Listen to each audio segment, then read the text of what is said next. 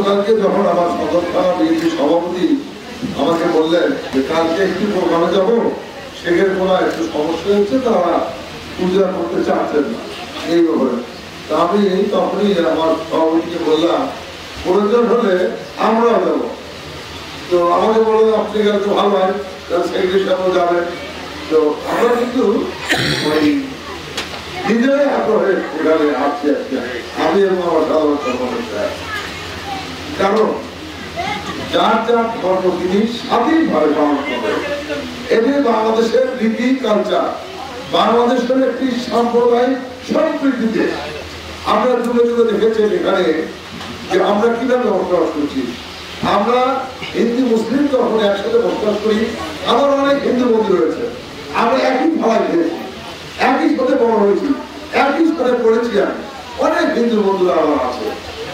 এবং আমরা মনে করি যে বাংলাদেশে কিছু সংখ্যক সরকারি মহল সবসময় আপনাদেরকে ব্যবহার করে।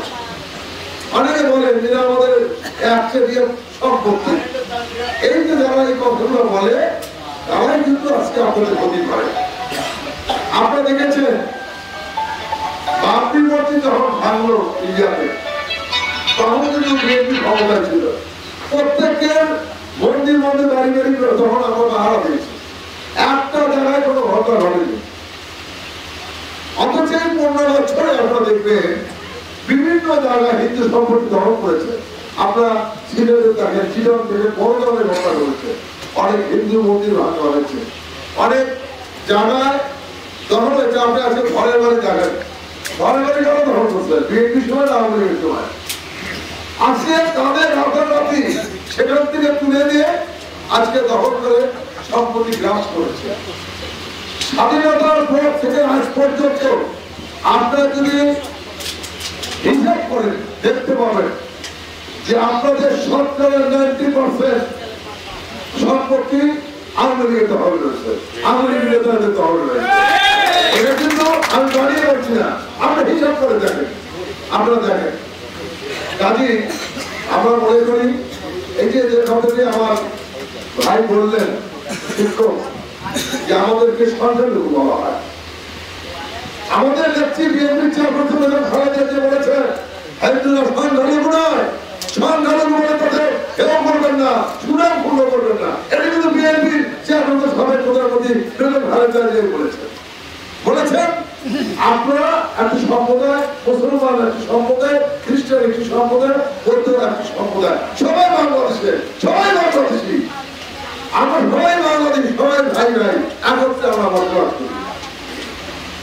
কাজে আমি আজকে আপনাদের বলতে চাই যে বিএনপি কিন্তু এখন ক্ষমতায় আসেনি। বিএনপি একটি নিরপেক্ষ নির্বাচনের দাবিতে আন্দোলন করেছে, একটা সুস্থ অবাধ নিরপেক্ষ নির্বাচনের যে আন্দোলন করেছে।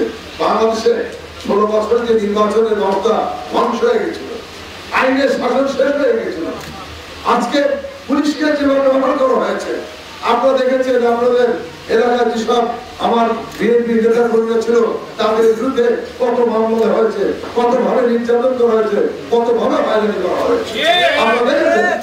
কাজে আমরা আমাদের নেতা তারেক রহমান কি বলেছেন, আমরা প্রতিহিংসার বশবর্তী হয়ে কোনো কাজ করবো না, আমরা মানুষকে ভালোবাসা দিয়ে তাদের আমরা পাশে থাকতে চাই, ভালোবাসা দিয়ে তাদের সাথে কথা বলতে চাই।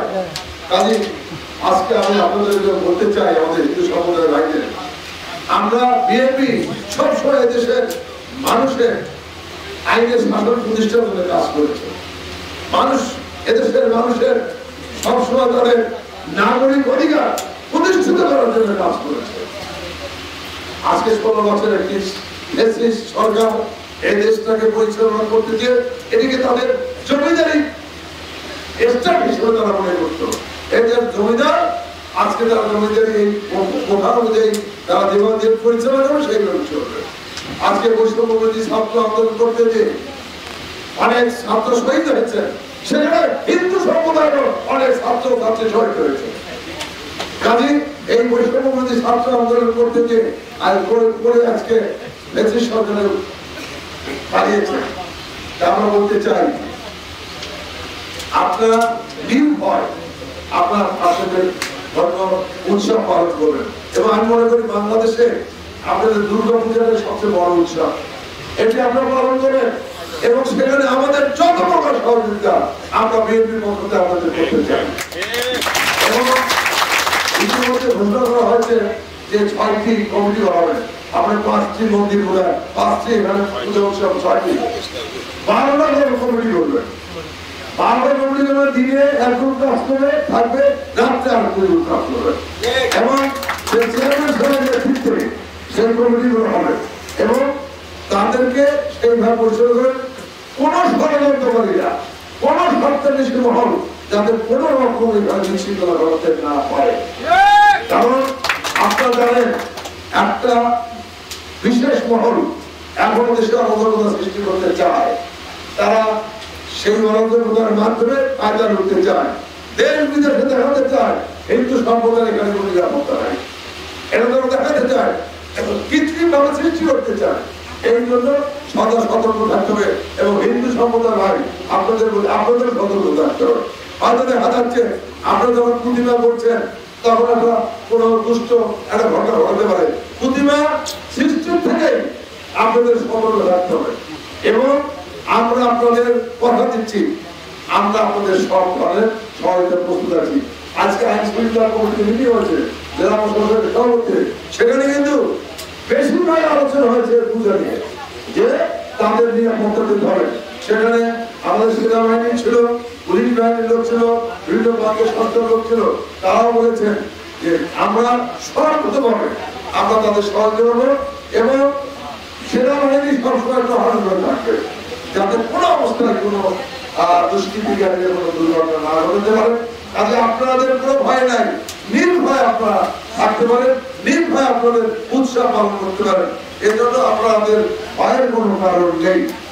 অনেক হিন্দু সম্প্রদায় যারা বিএনপিকে ভোট দেয়, বিএনপিকে ভালোবাসে, বিএনপি আমার শিক্ষার্থী কথা বলি, আমার শিক্ষার্থী কথা বলি, ওইখানে প্রেসিডেন্ট জিয়া রহমান সাহেব ফেল করেছেন সেই সময়, কিন্তু পরবর্তী পর্যায়ে সেটা হলো সেখানে এখন বিএনপি প্রত্যেকটা ভোট বিএনপি জয়লাভ করে এবং হিন্দু সম্প্রদায় ভোট দিয়েছি। এই যে আমরা ভোট দেয় এই আমি চাকরি কুমার কাজে আজকে আমরা বলতে চাই যে আপনারা যে দ্বিধাদ্বন্দ্বে আছেন সেই দ্বিধাদ্বন্দ্ব ভুলে যান, ভুলে দিয়ে আপনারা আপনাদের কাজ করেন, আমরা আপনাদের পাশে আছি এই কথা বলে সবাইকে ধন্যবাদ দিয়ে এবং আপনাদের সকলের দীর্ঘায়ু কামনা করে আপনাদের পূজা উৎসব সকলে সুন্দর হয়ে এই কামনা করে আমার বক্তব্য শেষ করছি। সবাইকে